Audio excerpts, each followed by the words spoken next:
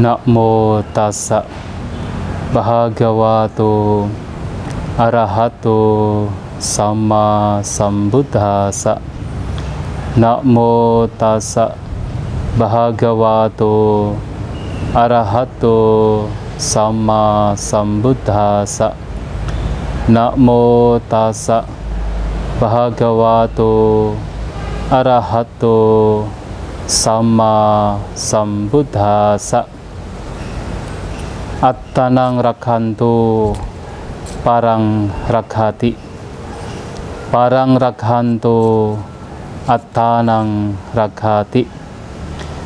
Siapapun yang melindungi diri sendiri melindungi orang lain, dan siapapun yang melindungi orang lain melindungi diri sendiri.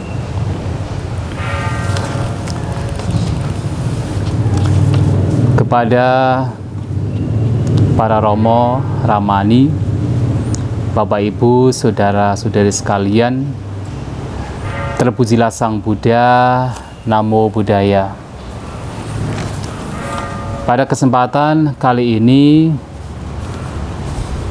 kami dari Wihara Mendut seperti biasa setiap masa puasa, para biku yang berpuasa menghabiskan masa puasa di Wihara Mendut mengadakan Dhamma Class untuk wihara-wihara sekitar, baik wihara yang ada di Magelang, Muntilan, Jogja, Klaten, Solo, Parakan, dan juga wihara yang ada di Kutoarjo.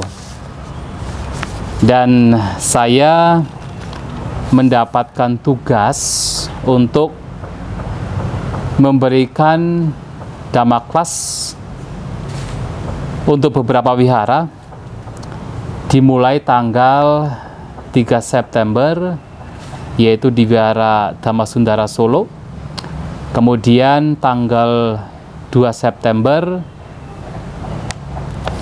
berada 4 September maksud saya berada di Wihara Bodhiwangsa Klaten, dan juga 5 September Wihara Widyaloka Yogyakarta, 6 September Wihara Dwipaloka Parakan. Yang selain itu juga mendapatkan kesempatan untuk memberikan Dhamma Desana dalam acara Dhamma Class ke wihara seperti Muntilan itu pada tanggal 7 September, kemudian Wihara Purworejo 12 September, dan juga Wihara TIT di Magelang 13 September. Dan seperti yang kita ketahui bahwa pada tahun ini kita tidak bisa mengadakan Dhamma Class secara tatap muka, yaitu berkeliling ke wihara. Tetapi karena adanya pandemik, kita memberikan Dhamma Class dengan cara online, dengan cara menggunakan media sosial, yang mana kita menggunakan YouTube. Kita merekam ceramah kita, kemudian kita unggah ke YouTube, dan kemudian diberikan atau di-share, dibagi ke umat Buddha yang kita seharusnya memberikan Dhamma di sana. Dan pada kesempatan yaitu memberikan Dhamma Class yang pertama ini, terutama untuk Wihara Dhammasundara Solo, kemudian Wihara Bodhiwangsa, Wihara Karangjati, dan juga Widyaloka. Karena ini berdekatan, saya pikir ya satu ceramah itu sudah cukup. Dan pada kesempatan ini apa yang ingin saya sampaikan yaitu berkaitan dengan salah satu sutta yang bisa kita dapatkan di dalam Sangyutta Nikaya, terutama Satipadana Sangyutta, yaitu sutta bernama Siddhaka Sutta. Mengapa saya mengambil sutta ini? Karena sutta ini sangat penting, terutama bagi kita yang memang menyukai praktek meditasi, terutama yang menyukai praktek meditasi 4 landasan perhatian atau pengembangan sati, pengembangan perhatian. Dan ini saya ambil terutama untuk beberapa wihara yang diawali dari wihara Dhammasundara Solo. Karena saya tahu bahwa seperti wihara Dhammasundara, kemudian Bodhiwangsa, beberapa umat dari Karangjati, Widyaloka, yaitu beberapa memang banyak yang tertarik dengan meditasi. Maka khutbah ini sepertinya cocok untuk diberikan sebagai bahan pembahasan di dalam Dhamma Class kali ini. Khutbah Sedaka Sutta ini seperti yang saya sampaikan bisa ditemukan di dalam Sangyutta Nikaya Satipadana Sangyutta. Khutbah ini diberikan Sang Buddha kepada para siswa beliau yang pada waktu itu berada di daerah bernama Sumba. Dan di Sumba ini ada satu kota pasar. Kalau dalam bahasa Pali disebut Nigama, kota pasar yang bernama Sedaka. Itulah kenapa sutanya disebut sebagai Sedaka Sutta. Karena di situ dikhutbahkan, diberikan oleh Sang Buddha di kota pasar bernama Sedaka. Dalam khutbah tersebut, Sang Buddha ketika ingin berbicara tentang pentingnya, yaitu 4 landasan perhatian atau Cattaro Satipadana, beliau memberikan sebuah analogi atau sebuah perumpamaan yang dengan menggunakan perumpamaan pemain sirkus. Jadi dikatakan oleh Sang Buddha bahwa pada zaman dulu di kota ini, di Sedaka ini ada 2 pemain sirkus. Yang pertama adalah yaitu guru bersama dengan satu muridnya. Muridnya ini seorang wanita, Medaka Talika. Jadi namanya Medaka Talika. Mereka bermain sirkus atau akrobat dengan menggunakan bambu. Jadi mereka itu bermain menggunakan bambu. Jadi ada salah satunya yang naik ke bambu, ke puncak bambu, kemudian di sana melakukan atraksinya atau akrobat. Nah, pada waktu itu dikatakan gurunya ini berkata kepada muridnya, Medaka Talika, mengatakan, wahai muridku, kamu naik ke pundak saya, kemudian naik ke puncak bambu.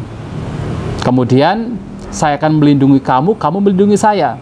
Dengan demikian kita akan aman dan turun dan mendapatkan upah. Itu adalah perkataan sang guru kepada muridnya. Tetapi muridnya Medaka Talika mempunyai pikiran lain, tidak setuju dengan perkataan gurunya. Ia mengatakan bahwa tidak begitu guru. Seharusnya adalah kita masing-masing harus melindungi diri kita masing-masing. Anda melindungi Anda sendiri, saya melindungi diri saya sendiri. Dengan demikian kita akan aman, kita turun dari bambu tersebut mendapatkan upah. Nah, ternyata apa yang dikatakan oleh Medaka Talika ini oleh Sang Buddha setuju. Setuju dengan apa yang dikatakan oleh Medaka Talika. Yang artinya adalah pada saat seseorang bermain akrobat seharusnya masing-masing melindungi dirinya. Kalau misalnya kita itu, atau katakan mereka yang bermain sirkus, yang bermain akrobat, kemudian memperhatikan yang lain hanya demi melindungi yang lain, malahan nanti akan jatuh. Dan seharusnya adalah masing-masing melindungi dirinya masing-masing. Ketika dirinya itu kokoh, sebenarnya pada waktu itu juga melindungi yang lain.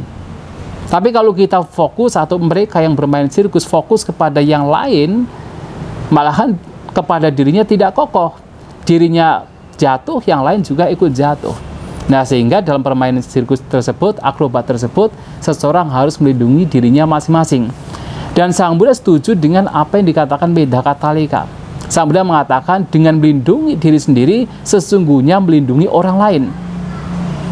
Dan ditambah lagi dengan melindungi orang lain, sesungguhnya melindungi diri sendiri.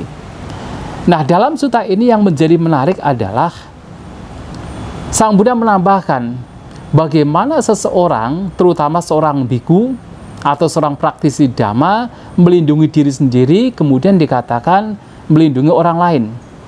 Nah, pada waktu itu Sang Buddha melanjutkan bahwa ketika seseorang mempraktekkan 4 landasan perhatian, mempraktekkan Cattaro Satipadana, 4 landasan perhatian, sesungguhnya orang demikian tengah melindungi diri sendiri yang juga sebenarnya melindungi orang lain.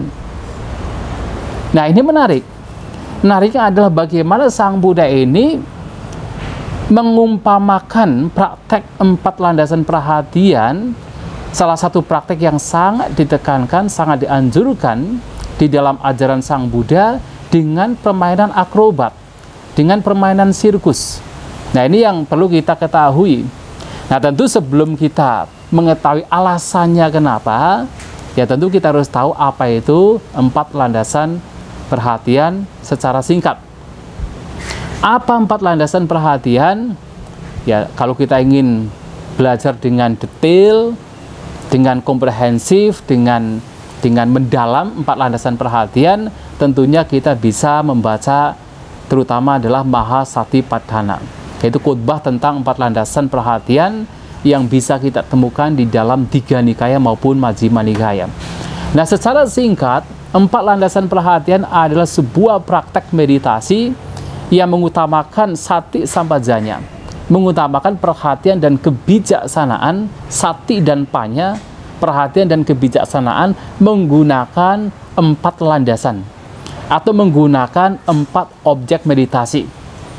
Nah, 4 objek meditasi ini sebenarnya sebagai guideline, karena sebenarnya masing-masing dari objek meditasi juga terdiri dari beberapa bagian.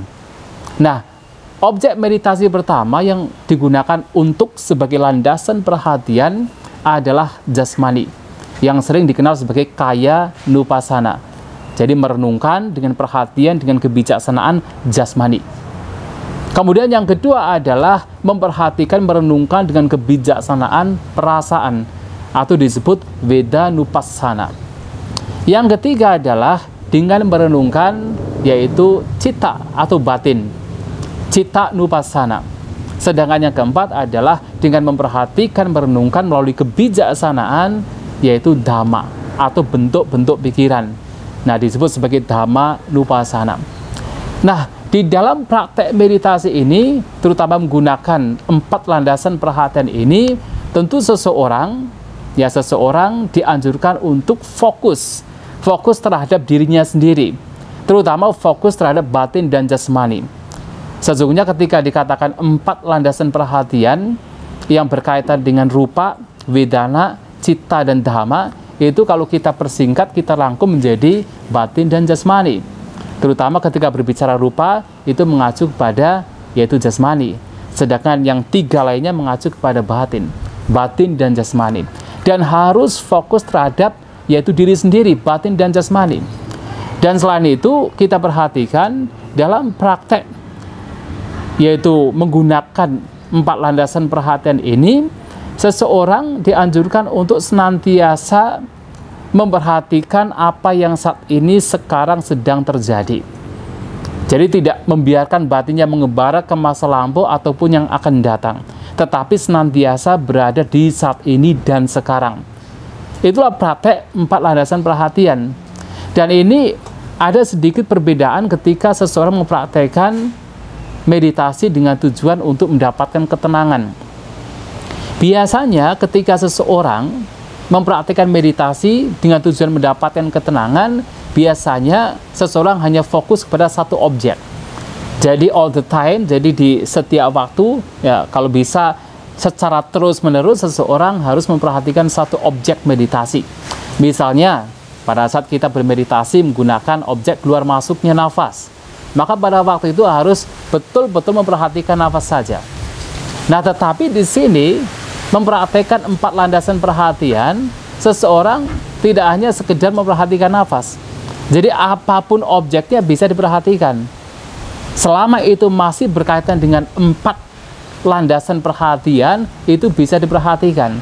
Termasuk tidak hanya objek yang bersifat positif. Objek yang bersifat negatif sekalipun, misalnya apa? Misalnya berkaitan dengan perasaan. Perasaan tidak hanya yang menyenangkan saja. Ketika ada perasaan yang tidak menyenangkan, perasaan yang muncul dari kesenangan indera yang sifatnya tidak menyenangkan, itu juga bisa diperhatikan, menjadi objek perhatian, menjadi objek sati.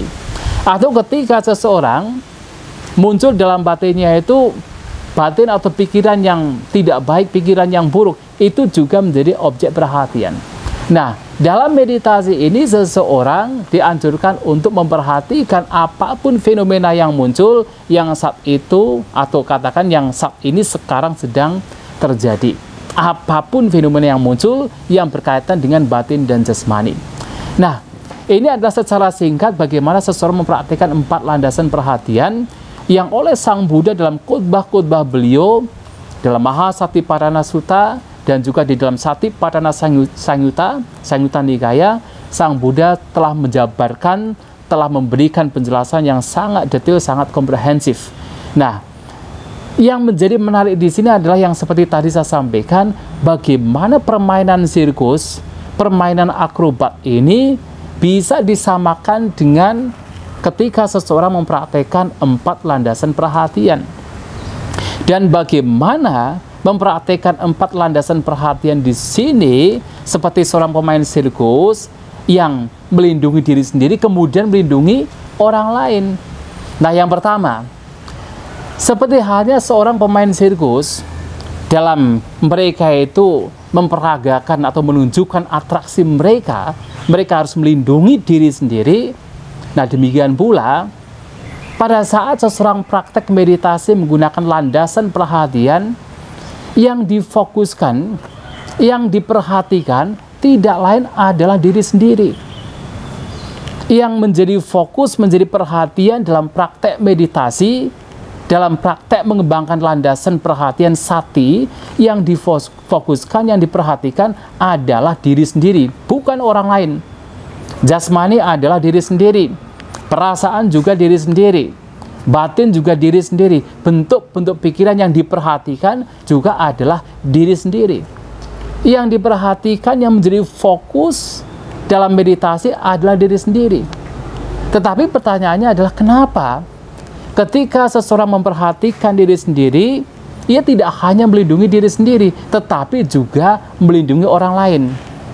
Nah, sekarang sehingga pertanyaannya adalah kenapa dengan praktek menggunakan 4 landasan perhatian yang fokusnya adalah diri sendiri, yang fokusnya adalah batin dan jasmani masing-masing, itu juga dikatakan sebagai melindungi orang lain. Kalau Bapak Ibu saudara-saudari sekalian pernah mempraktekkan meditasi vipassana, ya sekarang praktek 4 landasan perhatian itu sangat identik dengan meditasi vipassana. Kalau Bapak Ibu pernah mempraktekkan meditasi vipassana pasti akan tahu bahwasanya ketika mempraktekkan vipassana, mempraktekkan meditasi pandangan terang, mempraktekkan atau mengembangkan landasan perhatian, seseorang sesungguhnya juga tidak hanya sedang mempelajari diri sendiri, tetapi juga mempelajari orang lain. Bagaimana bisa? Ketika orang fokus dengan dirinya sendiri, menggunakan perhatian dan menggunakan kebijaksanaan, menggunakan sati sampajanya, seseorang akan mengetahui mana yang baik, mana yang tidak baik. Akan mengetahui mana yang bermanfaat, mana yang merugikan. Mana yang mesti dikembangkan, mana yang harus ditinggalkan. Mengetahui untuk dirinya sendiri, mana yang baik, mana yang buruk.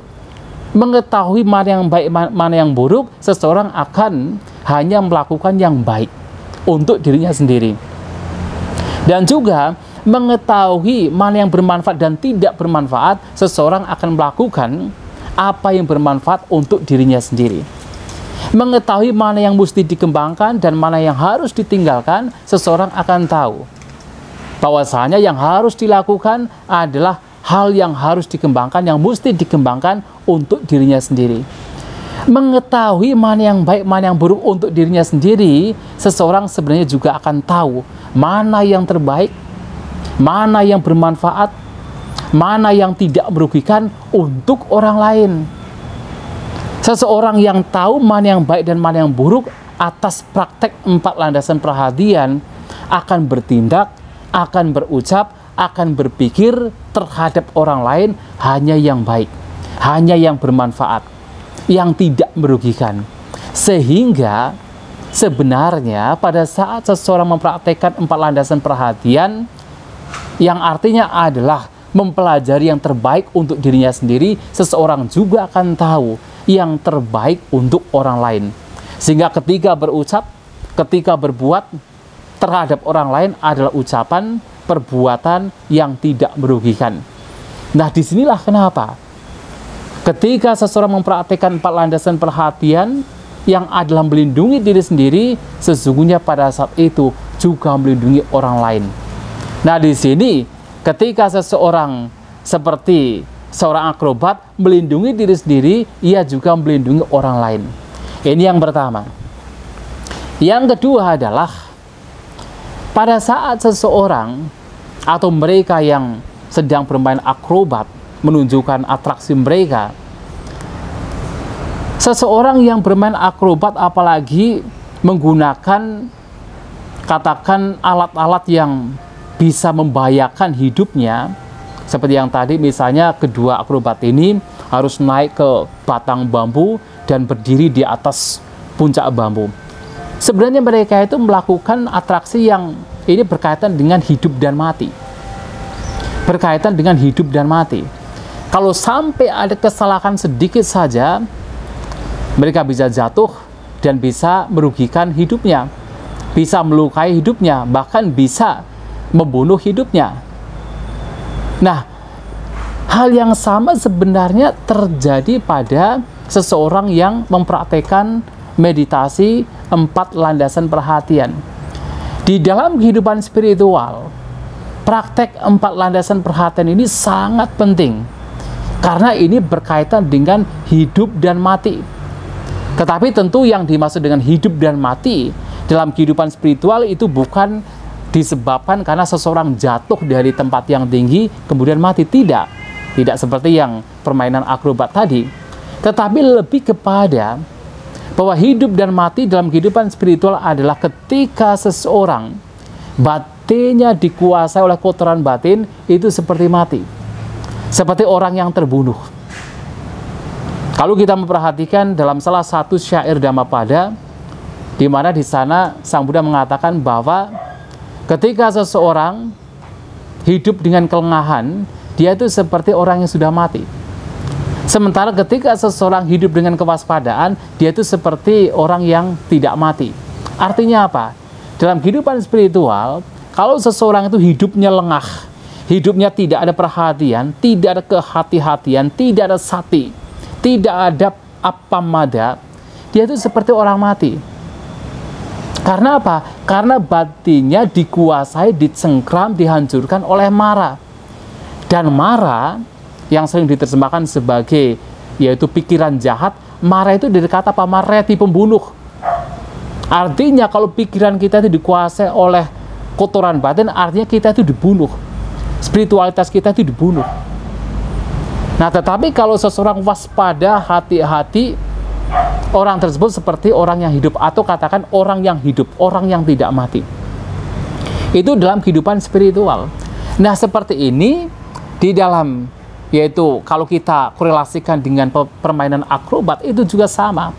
Kalau sampai si pemain akrobat ini lengah sedikit saja, batinnya dibiarkan mengembara, batinnya dibiarkan untuk tidak fokus dengan apa yang dikerjakan, bisa jatuh dan pada akhirnya melukai. Nah, tetapi kalau seseorang itu penuh dengan kewaspadaan, seseorang perhatian, fokus dengan apa yang dikerjakan, nah seseorang tidak akan, yaitu tidak akan jatuh. Nah, dalam hal ini, dalam bermeditasi juga sama. Pada saat seseorang bermeditasi, kemudian tidak ada kewaspadaan, maka dia itu akan mudah sekali dikuasai oleh, yaitu kotoran batin. Kewaspadaan di sini tidak lain adalah sati, perhatian. Kalau orang tidak punya perhatian, orang tidak punya sati, tidak sadar, tidak waspada, kotoran batin muncul, maka dia dikatakan sebagai dibunuh. Nah, ini antara hidup dan mati.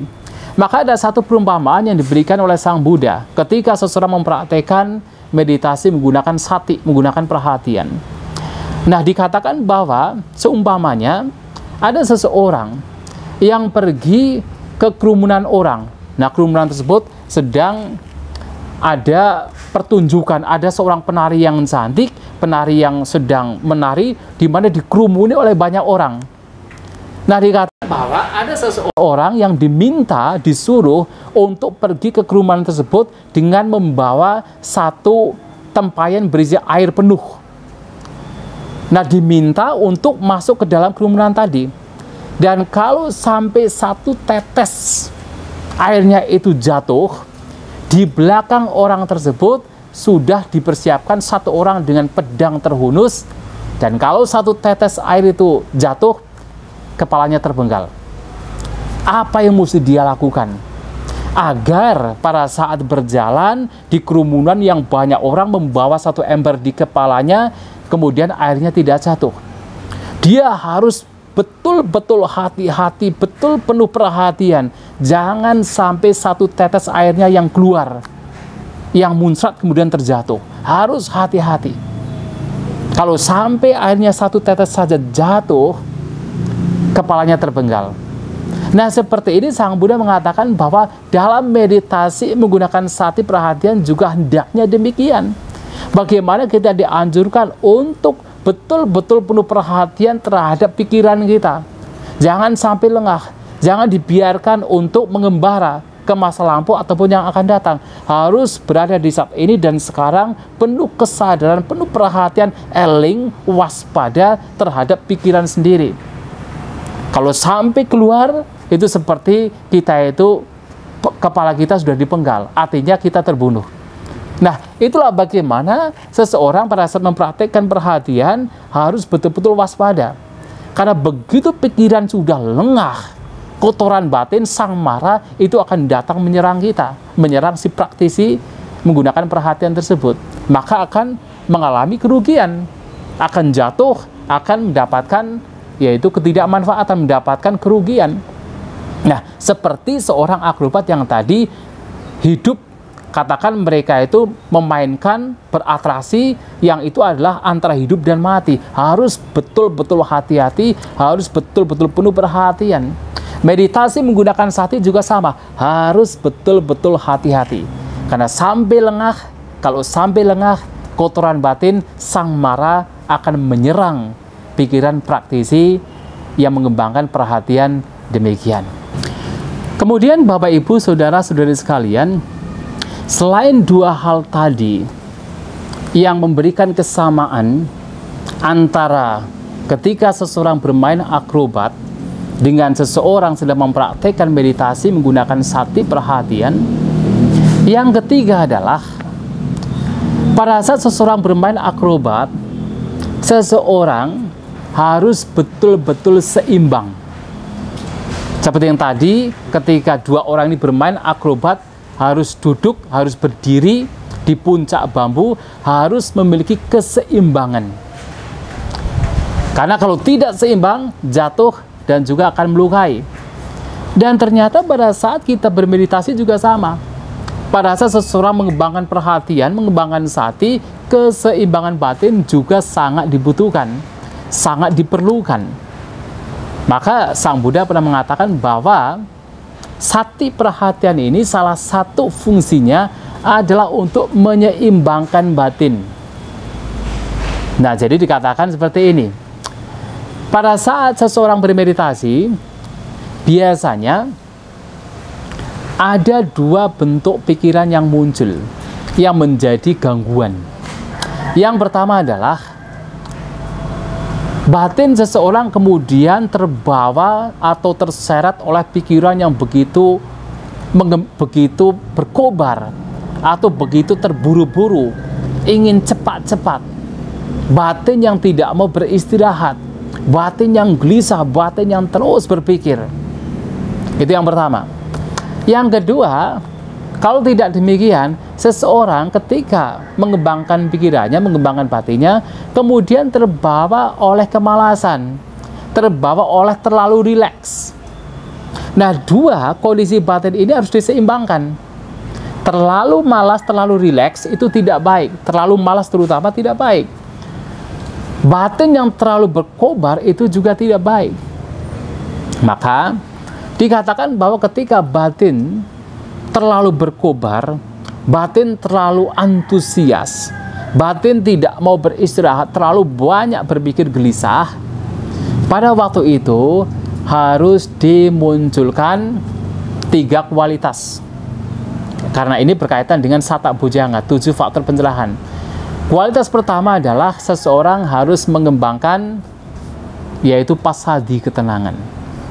Yang kedua harus mengembangkan samadhi, konsentrasi atau mengembangkan rileks. Yang ketiga adalah seseorang harus mengembangkan upeka, keseimbangan batin. Ketika batin terlalu berkobar, 3 ini harus dikembangkan. Supaya apa? Supaya menjadi lerem, supaya menjadi tenang, menjadi seimbang. Tetapi kalau pada saat batin seseorang dikuasai oleh pikiran yang berkobar, pikiran yang terus berpikir, yang gelisah, yang sangat antusias dalam bermeditasi misalnya, kemudian di situ dimunculkan yaitu penyelidikan dhamma wicaya, atau dimunculkan wirya, semangat, atau dimunculkan gairah, kegiuran, piti, maka pada waktu itu justru pikirannya akan semakin berkembang, pikirannya akan semakin gelisah, pikirannya akan semakin berkobar dan tidak menjadi seimbang. Maka harus diseimbangkan dengan passaddhi, samadhi, dan juga upeka. Atau dengan yaitu sederhana harus dimunculkan rileks, supaya pikiran yang berkobar itu menjadi seimbang. Ini yang pertama. Yang kedua adalah pada saat seseorang pikirannya dikuasai oleh kemalasan, malas, tidak mau meditasi, pikirannya dibiarkan untuk terlalu rileks, tidak mau meditasi. Pada waktu itu justru yang dikembangkan adalah yang 3 yang tadinya tidak boleh dikembangkan. Pada waktu itu harus dikembangkan penyelidikan, dikembangkan semangat, dan dikembangkan kegiuran. Untuk apa? Supaya batin yang tadinya malas, yang tadinya terlalu rileks, kemudian menjadi seimbang. Tetapi kalau pada waktu itu kemudian dimunculkan ketenangan, dimunculkan samadhi, rileks, dan juga dimunculkan keseimbangan batin, upeka, malahan batin pada waktu itu kondisinya akan semakin rileks, semakin malas, maka akan semakin ngantuk. Maka harus diseimbangkan dengan penyelidikan, semangat, dan juga kegiuran, menjadi seimbang. Nah, ini adalah berkaitan dengan 7 faktor pencerahan. Tetapi pertanyaannya adalah sati di mana? Perhatian di mana? Nah, ternyata Sang Buddha dalam khutbah tersebut mengatakan, Satin cak kuahang bikawe sabatikang wadami. Saya katakan bahwa perhatian itu harus digunakan di semua kondisi. Mengapa? Karena sati ini, perhatian di sini mempunyai fungsi untuk menyeimbangkan. Karena adanya sati, adanya perhatian, maka seseorang tahu apa yang mesti dimunculkan dalam kondisi yang berbeda. Seseorang akan tahu, oh pada saat batin dikuasai oleh kemalasan harus munculkan semangat. Itu karena perhatian. Atau sebaliknya, ketika seseorang dikuasai oleh yaitu pikiran yang terus aktif, tidak mau beristirahat, yang berkobar, maka dia tahu pada waktu itu harus dimunculkan yaitu ketenangan, rileks, supaya seimbang. Nah, sati di sini, perhatian di sini menyeimbangkan.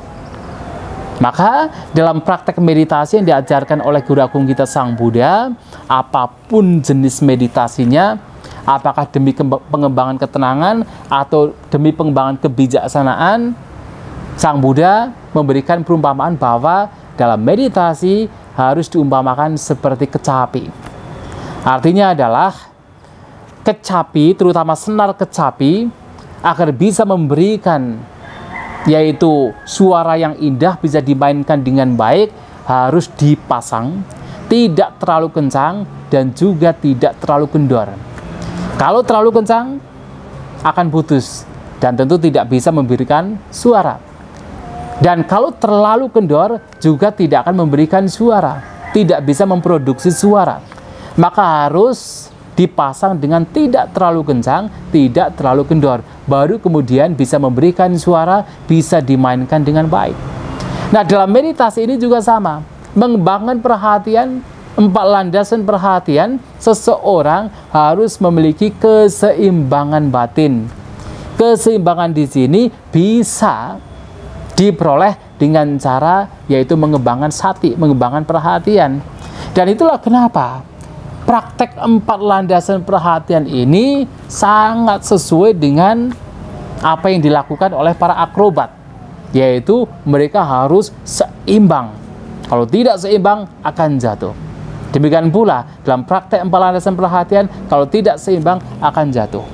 Dan tentunya keseimbangan batin di sini akan dipahami, akan diketahui seiring dengan praktek meditasi itu sendiri.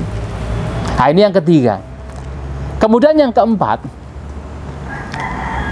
seperti halnya pada saat seseorang melakukan atraksi dalam permainan akrobat atau permainan sirkus, seseorang hendaknya memiliki fleksibilitas. Artinya harus lentur, badannya harus lentur, tidak kaku. Coba, ini persis sama pada saat seseorang mempraktekkan meditasi vipassana, meditasi pandangan terang.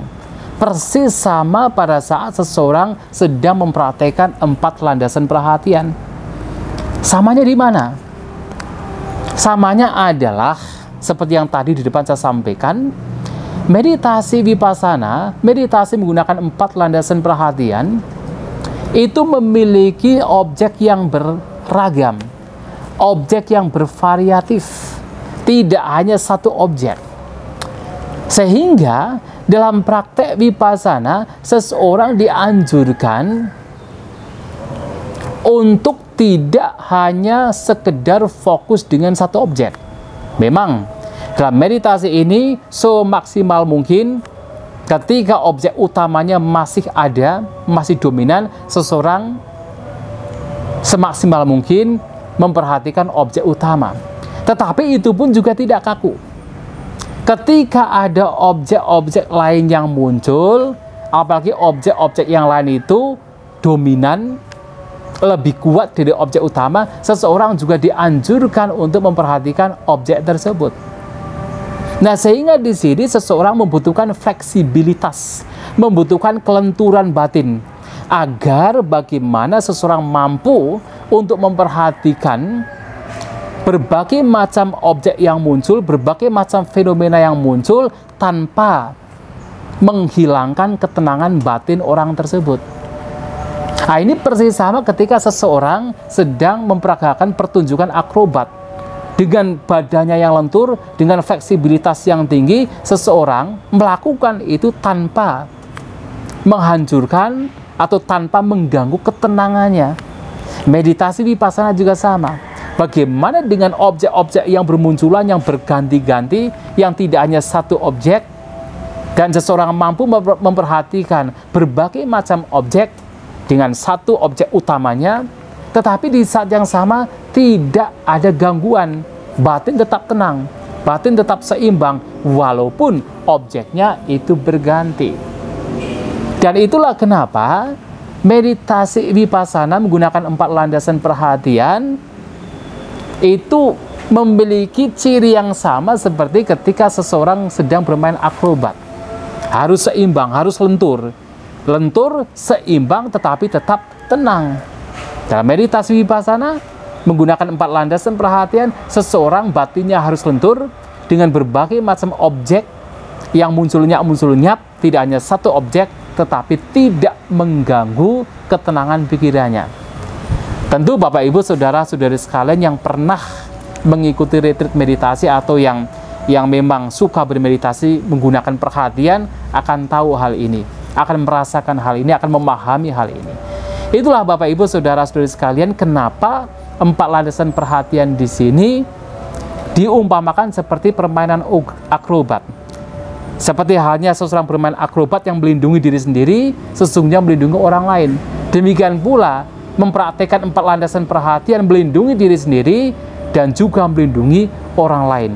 Dan lebih dari itu, dalam permainan akrobat, ya ciri-cirinya juga bisa sama seperti seseorang yang sedang mempraktekkan meditasi dengan menggunakan 4 landasan perhatian. Nah, dalam Siddhaka Sutta ini, Sang Buddha tidak hanya mengatakan bahwasanya seseorang melindungi diri sendiri, melindungi orang lain, tetapi juga beliau, Sang Buddha juga menunjukkan kepada yaitu kita semua, bahwasanya dikatakan orang yang melindungi orang lain sesungguhnya juga melindungi diri sendiri. Dalam hal ini melindungi orang lain itu dengan cara menggunakan atau dengan cara bagaimana ketika berasosiasi dengan orang lain, ketika berteman dengan orang lain, ketika merespon orang lain, seseorang hendaknya memiliki yang pertama kesabaran. Sabar terhadap apapun tindakan yang dilakukan oleh orang lain kepada kita. Yang kedua, seseorang harus memunculkan meta, cinta kasih. Harus bersikap yaitu dengan bersikap meta, bersikap dengan cinta kasih terhadap orang lain. Yang ketiga adalah melindungi orang lain, artinya dengan tidak melakukan hal-hal yang merugikan, yaitu melukai orang lain, awi hingsa. Dan yang keempat adalah dengan bersimpati, anudayata, ikut berbahagia dengan kebahagiaan orang lain. Nah, melakukan 4 hal ini ketika berasosiasi dengan orang lain itu dikatakan melindungi orang lain. Dan tentu kalau kita melindungi orang lain, kita bersikap baik terhadap orang lain, kita melakukan yang terbaik pada orang lain, artinya itu juga melindungi diri kita. Karena sebagai timbal balik perlakuan kita yang baik terhadap orang lain, artinya kita juga sedang melakukan hal yang mana orang lain nantinya juga tidak melakukan keburukan, melakukan hal yang merugikan kepada kita. Maka melindungi orang lain juga sesungguhnya melindungi diri sendiri. Dan ketika kita melindungi diri sendiri dengan praktek 4 landasan perhatian, kita juga melindungi orang lain. Dan itulah Bapak Ibu Saudara-saudari sekalian, Sedaka Sutta ini adalah khutbah yang walaupun sebenarnya isinya singkat, tetapi sangat penting bagi kehidupan praktek kita. Bagaimana kita hendaknya sebagai manusia untuk melindungi diri sendiri dan juga orang lain, kita membutuhkan hal-hal yang baik yang mesti kita praktekkan. Melindungi diri sendiri dengan cara mempraktekkan 4 landasan perhatian. Mempraktekkan 4 landasan perhatian tidak hanya melindungi diri sendiri, tetapi juga melindungi orang lain. Dan juga kita hendaknya melindungi orang lain dengan memunculkan kesabaran, cinta kasih, perbuatan yang tidak melukai, tidak merugikan orang lain, dan juga bersimpati terhadap kebahagiaan orang lain. Dengan cara demikian sesungguhnya juga tidak hanya melindungi orang lain, tetapi juga melindungi diri kita sendiri. Sehingga Bapak Ibu Saudara-saudari sekalian, kalau kita ingin bahagia, lakukan perbuatan seperti yang disampaikan, disabdakan oleh Sang Buddha di dalam Sedaka Sutta ini. Semoga Dhamma Kelas pada kesempatan kali ini memberikan manfaat, walaupun Dhamma Kelasnya melalui media sosial, melalui YouTube. Semoga bisa memberikan manfaat dan makna Dhamma yang disampaikan juga tidak berkurang. Semoga kita semua berbahagia. Semoga kita semua maju di dalam Dhamma. Sabbe sata bhavantu sukhitata. Semoga semua makhluk berbahagia.